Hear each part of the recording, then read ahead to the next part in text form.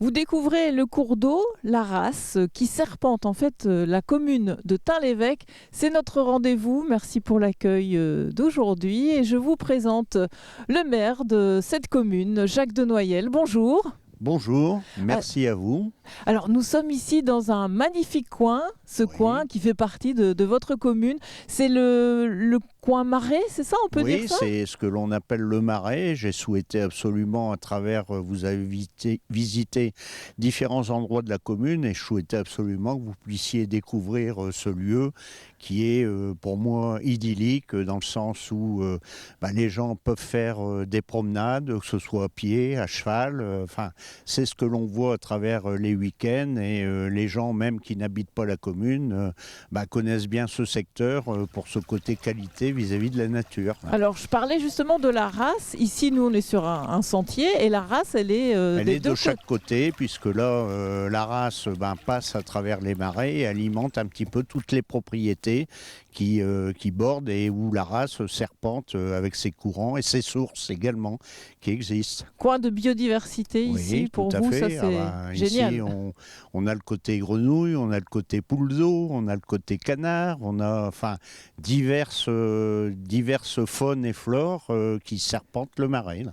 Alors ici, on est sur un chemin. Si on continue, en fait, on peut faire le tour Vous carrément faites le de. tour, une partie du tour du Marais, mais il y a bien d'autres sentiers qui ne sont pas balisés actuellement, mais qui le seront par la suite, puisque c'est également un projet de la municipalité pour dire de faire découvrir au mieux avec des panneaux indicateurs vis-à-vis des gens qui ne connaissent pas le secteur. Voilà, on y travaille. À tout tourisme, on peut dire, ce coin-ci. Oui, Oui. et on privilégie, on essaye de le préserver au maximum, là. Ok, bon, merci. On va continuer notre visite. Je vous remercie.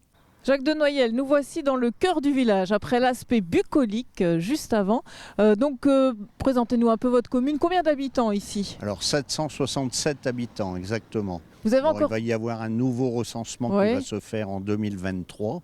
Et donc là, on verra si la population, mais à mon avis, a augmenté oui. plutôt que baissé. Bon, Voilà. donc ça c'est une bonne chose pour votre Voilà. village. Vous avez une école aussi? Oui, justement, et éventuellement pour l'école également, d'avoir un peu plus d'enfants pour dire de dynamiser à nouveau l'école qui est déjà bien dynamique avec le RPI Éouard Tain-l'Évêque. Oui.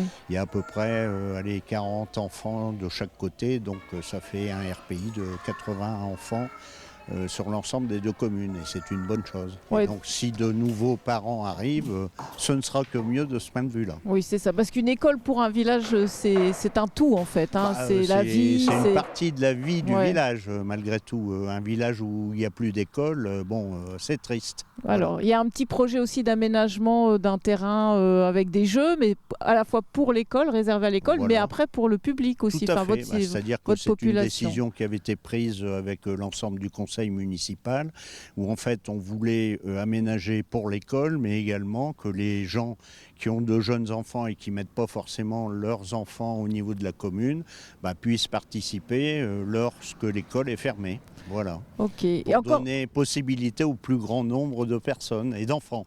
il n'y a plus de commerce aujourd'hui dans votre commune, Il à reste part un un seul café, commerce qui est un café, mais bon, c'est beaucoup d'entreprises, en fait, d'auto-entrepreneurs qui ont ouvert des diverses sociétés, mais commerce par lui-même, non. On a eu une épicerie qui a fermé il y a quelques années. Parce qu'évidemment les prix pratiqués par rapport à la grande surface et qui pouvaient être pratiqués sur le village, voilà. Mais la situation géographique permet aux gens de Oui, s'alimenter, de il y a faire leurs des... courses à Tout droite à fait, gauche. tout à fait. Ouais. On a Yvuy ou Écodœuvre où là, la distribution sans problème pour dire de pouvoir aller faire ses courses. Ok, Voilà. bon, merci pour ces explications. On va se retrouver sur un projet de mandat côté cimetière. Jacques Denoyel, avec vous, on va parler aussi de la gestion de la commune. Et dans ce projet de mandat, c'était une réfection du cimetière, parce que ça, c'est aussi la gestion de la municipalité. Tout à fait, qui est d'importance d'ailleurs au niveau d'un cimetière, puisque nous avons beaucoup d'entretien à y faire. Et donc aujourd'hui, on s'interroge et on réfléchit justement à la gestion de ce cimetière par la suite, comment l'entretenir, pourquoi pas ne pas semer sur les cailloux qui existent aujourd'hui de la pelouse pour avoir quelque chose de verdoyant et qui sera entretenu au fur et à mesure du temps. Donc engazonnement possible ici, hein, vous réfléchissez. Engazonnement possible. Au niveau des petites buttes qui bordent le cimetière, c'est pareil. Il y aura également des arbustes qui vont être érigés par la suite, puisqu'on arrive sur l'automne et ce sera la période idéale De plantation. pour dire de pouvoir les réaliser. Alors justement, donc vous aviez des haies de Troène que là Oui. vous en êtes séparés et donc vous avez mis ces plaques. Pour vous, Tout c'est à un fait. entretien plus facile, c'est Un ça? entretien plus facile parce qu'il faut réfléchir aussi à la question que ce sont des employés qui viennent nettoyer ces troènes et c'est à travers des échafaudages, à travers, tout est manuel. Mhm. Ici, il n'y a pas d'engins qui peuvent rentrer, et donc compliqué. Et donc, quelque part, ça fait quelque chose de plus sympa aussi.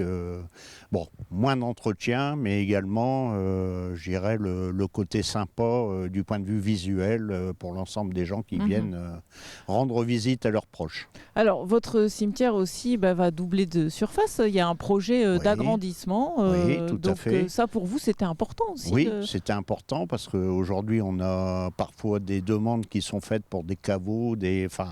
On a également fait le nécessaire du point de vue cavurne, du point de vue columbarium, du point de vue maisonnette. Mais aujourd'hui, ça ne suffit plus puisque certaines personnes souhaitent avoir absolument un caveau. Et donc, je suis parfois un peu déçu de voir des gens n'ayant pas de place s'en vont mettre leurs proches dans un cimetière à côté de chez nous, quoi. Donc, ce sera pour quand alors cet agrandissement? Je pense que d'ici 2 ans, 3 ans, on élargira en fait ce cimetière pour avoir quelque chose de plus sympa de ce point de vue-là. Ok, bon, voilà, merci. Voilà, pour et ces... d'avoir de la place justement pour ceux qui te demandent. Oui, oui, effectivement. Merci Voilà. pour ces explications. Je vous en prie.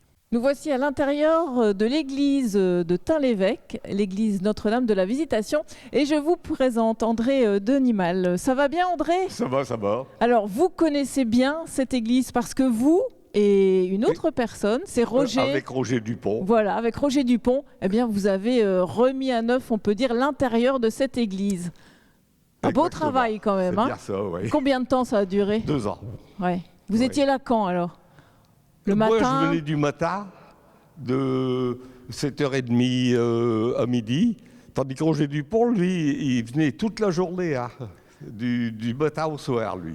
Alors, expliquez-moi un peu les travaux. C'est quand même des travaux d'envergure. Hein. Il y a des endroits, vous avez carrément enlevé du plâtre pour mettre la brique à nu.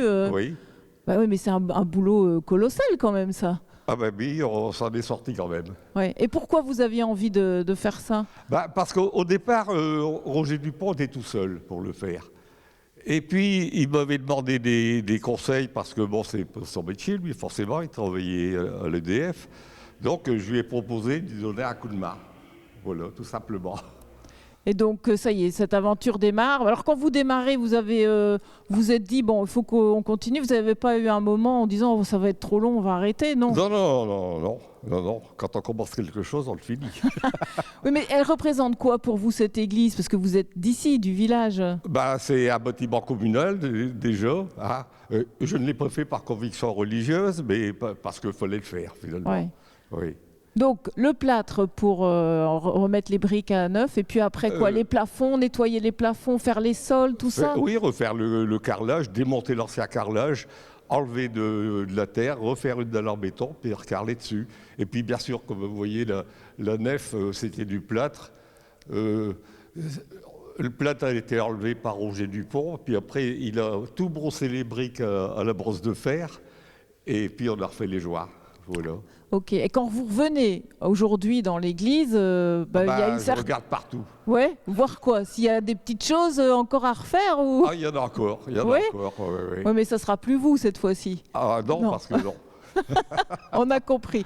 Vous avez donné ce temps, sur ces 2 ans de travaux, Oui. et il y a une inauguration officielle après. Oui. Donc une certaine fierté. Aussi, oui. Ouais, c'est ça. Voilà. Donc, en tout cas, bravo à vous et à Roger pour ce travail et puis pour avoir préservé, comme vous l'avez dit, un bien de la commune. Ah, quoi. voilà, oui. Bon, merci à vous. Il n'y a pas de quoi. Et puis merci à vous. C'est la fin de notre émission. Merci pour l'accueil.